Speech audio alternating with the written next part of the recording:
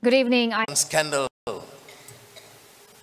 dengan permasalahan, dengan cetusan pertelingkahan kaum atau agama.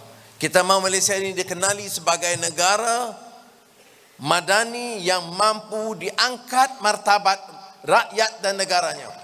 He added that for the country to grow and move forward, past weaknesses must not be repeated, and said that this is why he had directed Cabinet to identify issues raised in the Attorney General's report and seek ways to not repeat the mistakes.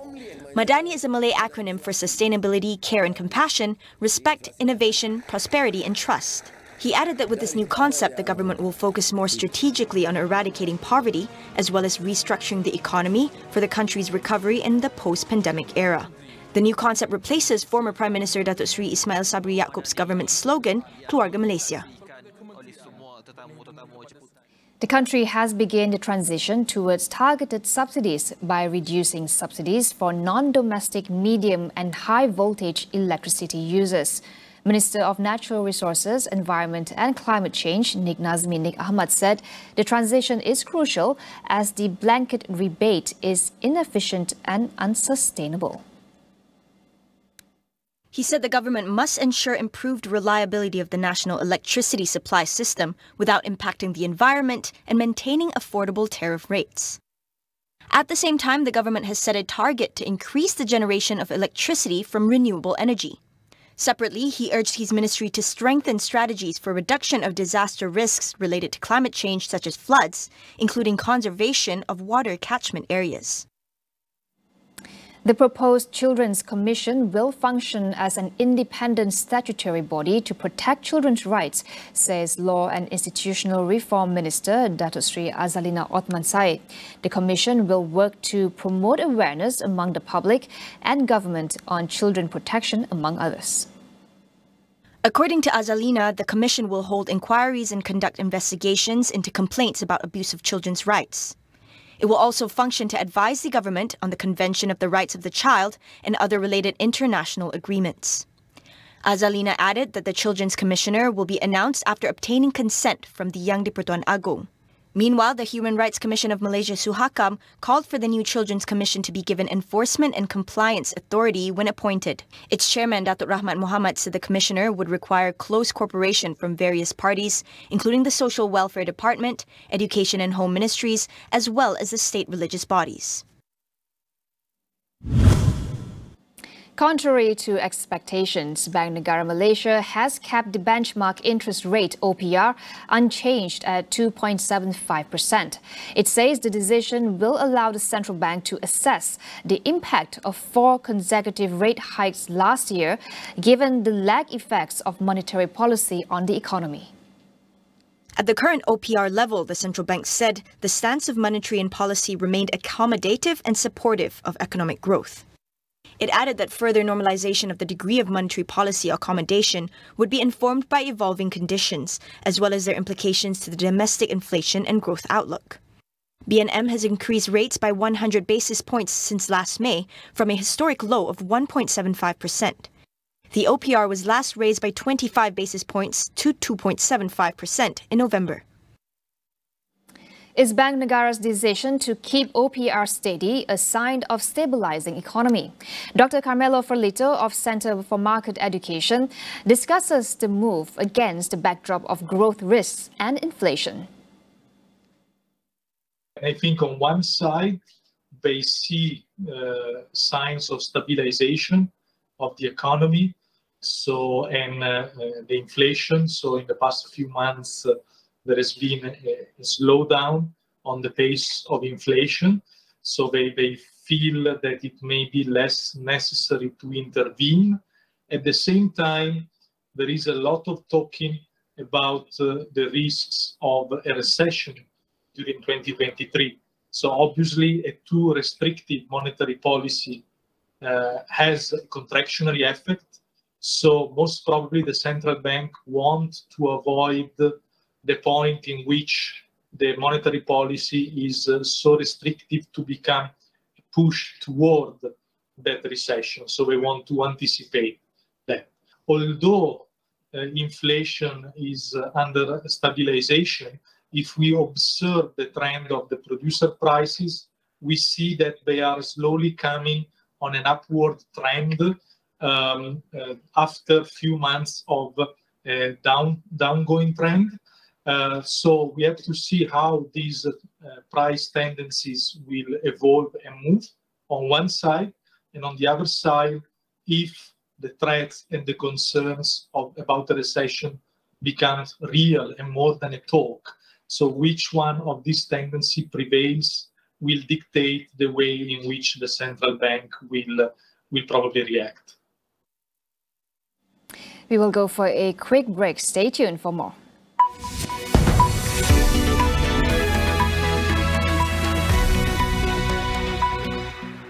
New Catador Fondant au Beurre and Cafe Latte Brownie with Australian almonds in rich butter fudge ice cream and Italian chocolate pieces in Cafe Latte ice cream, bringing unforgettable and elevated moments at home. Now available in 2 new flavors. Kita kembali lagi dalam Yang Mana Satu Idaman You. Okey, kali ini you dah tak payah pilih dah. Nak internet pantas, wifi kencang dan berjimat untuk hiburan? Hanya RM164.99 sebulan. Anda dapat 5 dalam 1. Internet laju, 100 saluran Astro, aplikasi Astro Go, Disney Plus Hotstar dan HBO Go. Psst, harga asal RM184.99 tau. Tukarlah pack sekarang. Jangan kau ragu.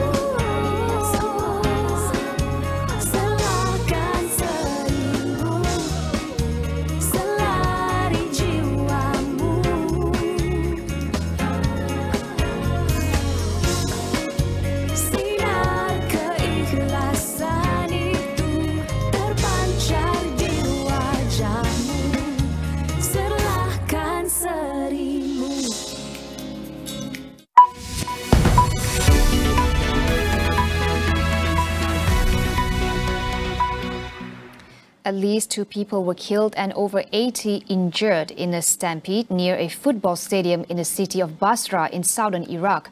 The stampede happened as thousands of fans tried to enter the stadium that was hosting the Arabian Gulf Cup final. Iraq was due to play the final match against Oman at 7 p.m. local time on Thursday. Huge crowds gathered since dawn in hope of watching the match, rally held at home ground. Officials said the Arab Gulf Club Football Federation might postpone the final match or move it to another country if the security situation does not improve. Iraq is hosting the tournament for the first time in 40 years. New Zealand's Jacinda Ardern has announced that she will step down as Prime Minister next month and will not contest in the general elections slated for October. She says 6 years on the job has taken a toll, adding that she no longer has enough in the tank to lead the country. I'm not leaving because I believe we can't win the election, but because I believe we can and will. And we need a fresh set of shoulders for that challenge. I know there will be much discussion in the aftermath of this decision as to what the so-called real reason was. I can tell you that what I'm sharing today is it. The only interesting angle that you will find is that after going on 6 years of some big challenges, I am human. Politicians are human. We give all that we can for as long as we can, and then it's time. And for me, it's time. There will be a vote in the coming days to determine Ardern's replacement. Ardern was the first elected Prime Minister in 2017 at the age of 37, making her the youngest female head of government in the world. She had steered New Zealand through the Christchurch mosque shootings and White Island volcanic eruption and was also lauded globally for her country's initial handling of the COVID-19 pandemic. Her Labour Party clinched a landslide election victory in 2020, but recent popularity polls have put the party behind its conservative rivals. French workers are taking to the streets to protest against the government's plans to push back the age of retirement. A new bill that is due to go through Parliament will raise the official age at which people can stop work from 62 to 64. Under the proposals outlined earlier this month, from 2027, people will have to work 43 years to qualify for a full pension, as opposed to 42 years now. The government said the move is a vital measure to safeguard the country's share-out pension system. However, opinion polls showed the reform as being deeply unpopular among the public. More than 200 rallies are expected around France on Thursday, including a large one in Paris involving all France's unions. Electricity workers had also pledged to reduce power supplies as a form of protest, and some 70% of preschool and primary school teachers said they would refuse to work on the day. The French government is formally presenting the pension bill on January 23rd, and it heads to Parliament next month. Ukrainian authorities have started an investigation into a helicopter crash that killed the country's interior minister and 13 others. Kiev did not immediately claim Moscow was involved. However, President Volodymyr Zelensky said that the tragedy was a consequence of the war. Zelensky said that the crash on Wednesday came as Ukraine allies, including head of NATO and Canada, were set to provide more weapons to Ukraine. Сьогодні оголошено, що Канада готує потужний пакет оборонної допомоги для нашої держави. Зокрема, у ньому будуть бронемашини. Це дуже вчасно і вагомо. Я дякую Канаді за незмінну допомогу і за те, що саме зараз разом готуємось до спроби Росії посилити удар. The helicopter-carrying Interior Minister, Denis Monastyrsky, crashed next to a kindergarten and a residential building in Brovary, a town that was a scene of fierce fighting with Russian forces last year. 14 people were killed, including a child, while another 25 were wounded. Hong Kong said it will no longer require people infected with COVID-19 to quarantine from January 30th, removing one of the last major restrictions in place in the Asian financial hub. The move is part of a decision to downgrade COVID-19's status to an endemic disease from a severe respiratory disease, following a similar move by China last week. People in Hong Kong are, however, still required to wear masks unless exercising. Last week, high-speed rail services between Hong Kong and mainland China resumed for the first time since the beginning of the pandemic. The reopening comes amidst a massive wave of infections on the mainland following China's decision to abruptly drop its zero-COVID policy.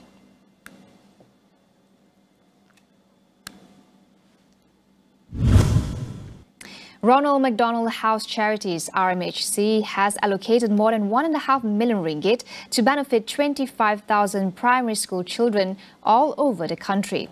The Back to School program, held for the 6th time, is meant to help alleviate the burden of underprivileged families. McDonald's Malaysia Managing Director and local operations partner, as well as RMHC President Dato' Azmir Jaafar, said the distribution of these school supplies packages will be carried out before the session begins in March. So untuk tahun 2023, kali ke-6 kita adakan Back to School. Kita telah mendapat donation sebanyak 1.5 juta daripada pelanggan-pelanggan kita, daripada pekerja-pekerja McDonald, daripada franchisee dan juga daripada supplier-supplier McDonald. Jadi kita kumpulkan 1.5 juta, kita dapat 25,000 pack kembali ke sekolah untuk diperuntukkan di seluruh Malaysia. Selama 6 tahun kita adakan program ni, kita dah untukkan lebih 100,000 pack kembali ke sekolah dengan keseluruhan jumlah dalam 6 ke 7 juta ringgit. Usaha ini akan diteruskan. Inilah usaha RMSC, core RMSC. He said this after presenting the donations for 260 back-to-school packages worth 26,000 ringgit to students at SK Felda Pasir Besar Gemas Tampin, witnessed by Felda chairperson Tan Sri Idris Juso. Besides that, Azmir also personally donated 15,000 ringgit through Yayasan Jaafar Ahmad for the Felda Digital Maker Hub FDMH Coding and Robotic program at the same school. The donation was meant for the school to establish its own coding and robotic club under the program in an effort to transform digital education at Felda schools. More than 100,000 back-to-school packages amounting to 7 million ringgit have been distributed by RMHC Malaysia since 6 years ago in their effort to provide relief for underprivileged children in Malaysia. With a growing array of publishing options from streaming platforms to social media, has film censorship been rendered a feeble weapon in contemporary culture wars? On Consider This, we asked our guests if film censorship in Malaysia is ripe for a rethink. That wraps up AWANI tonight. I'm Cynthia Ng. Thank you so much for watching. Good night.